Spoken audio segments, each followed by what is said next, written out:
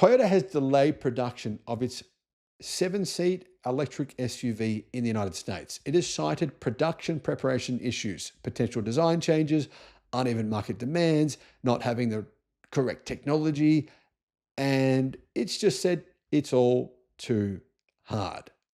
Toyota admits that the only EV it makes, except for companies in China that make EVs for it, it's actually not very good. It says it's aware of criticism from journalists and buyers of its BZ4X. Today, there was a report from Bloomberg saying that they believe Toyota has made a critical error.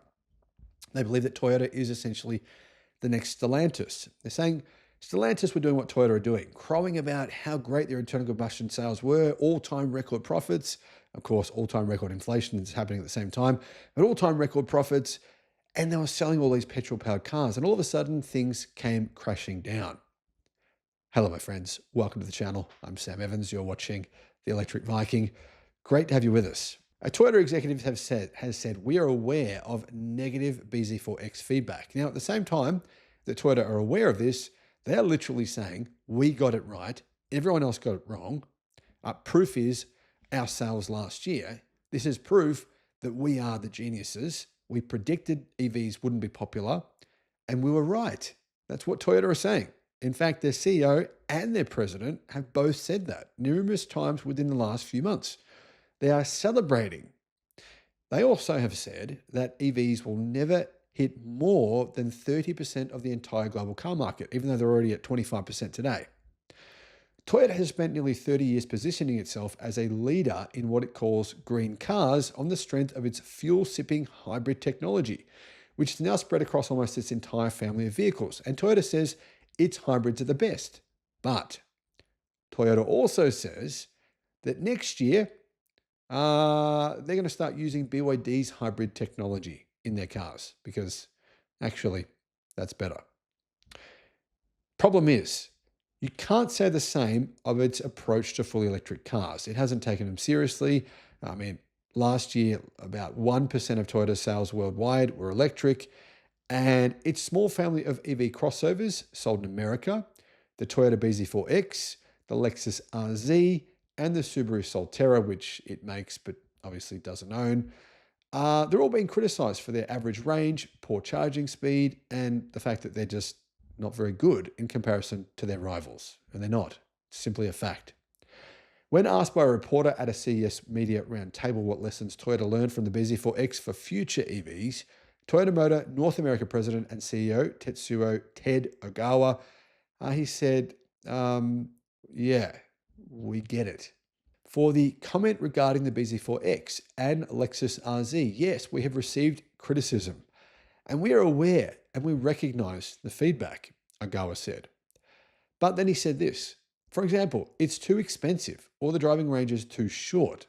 Guys, that's two issues, but there's many. Those kinds of voices, he said, we have recognized, so we'll continue to make improvements based on the voices that we hear. A lot of Toyota fans say that within a few months, if Toyota wanted to, it could make millions of EVs. But Toyota doesn't agree with the fans. It doesn't. Toyota are saying, no, it doesn't happen like that. In fact, in order to really understand what their rivals are doing, Toyota engineers tore apart a Tesla Model Y piece by piece. They said it was engineering genius and decided they needed to copy it. They then purchased gigacasting machines from an Italian company called Hydra in Italy. Now, it takes many, many months to actually manufacture those machines, and you've got to know what the new design is going to be, right? This machine has to be calibrated precisely. Then you need to set up a new production line. Toyota does not yet even have a single production line in the world dedicated to electric car production. It doesn't, not even one. It doesn't happen that quickly. Toyota actually is a long way behind, years and years and years behind, when it comes to making good EVs in comparison to its rivals. It's probably even years behind new companies like Xiaomi. At this point, it's fair to say that BZ4X has been a complete failure. It has. I mean, let's be honest. The wheels were falling off for many months and months and months. Toyota actually made a forced buyback of many of them. I believe that was because of battery problems that Toyota was hiding. I don't think It was really that hard for a company with the second highest number of engineers in the world. At the time, it had more engineers than BYD. It doesn't anymore. But surely they could have got the wheels to stay on, right? But for 5 or 6 months, Toyota said, no, the BZ4X can't get the wheels to stay on. We need to recall all of them. And it took them months to fix it. Does that sound like a company to you who is fully in control of its destiny? I don't think so.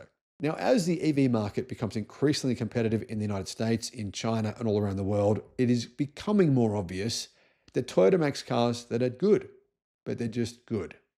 And they're falling behind when it comes to technology, software, charging speed, battery range, energy density, efficiency. They don't lead in any of those categories. They're not even in the top 5 in any of those categories.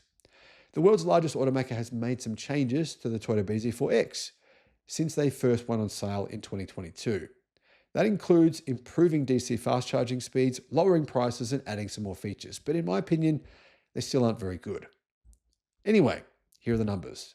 For 2025, the BZ4X will deliver 252 miles, which is still well below its rivals. I mean, the cheaper Chevy Equinox has about 350 miles of range, and it's much cheaper, and it's got 100 miles more range. Now, almost pretty much all of Toyota's rivals have EVs that cost similar prices that have more than 300 miles of range and charge faster. Toyota's EVs also have a maximum DC charging speed of 150 kilowatt. And some users have said it takes an hour to charge them for long enough to continue on their road trip, which means it's ridiculously slow. I mean, honestly, my EV takes 20 minutes. Chevrolet, Hyundai, Kia, they take about 25 minutes. It's so far behind in so many levels. I can't understand why anyone's bought any of them. Honestly, it doesn't make sense. And here's the thing. It's not just one area that needs to be improved. You can't really say to yourself, well, yeah, all right, that's cool. Toyota can just go and change the batteries, put better batteries in the car. But it's got bad efficiency based on its battery size. Yeah. It's got poor DC charging. It's got a plastic fantastic interior. It's got poor software. They need to change everything. They need to build a completely new car. I mean, the Tesla Model Y was a good car before Tesla upgraded it, yeah? But the BZ4X, it's been upgraded, but it's like upgrading a turd into a slightly less smelly turd. It's still a turd. Toyota is feeling the heat somewhat from competitors like Hyundai and Kia and Honda and Tesla and XPeng and BYD and even Honda. Even the Honda Prologue, that's a decent car, but to be fair, it is made by General Motors. However, Ogawa and other Toyota executives who, well, they apparently have been promoting their sustainability, have insisted the automaker is far from done with EVs as it transitions into a mobility company focused on lowering emissions. It has, however, basically said EVs are not the future of the planet. Hydrogen-powered cars are the future. Now, here's what the president said.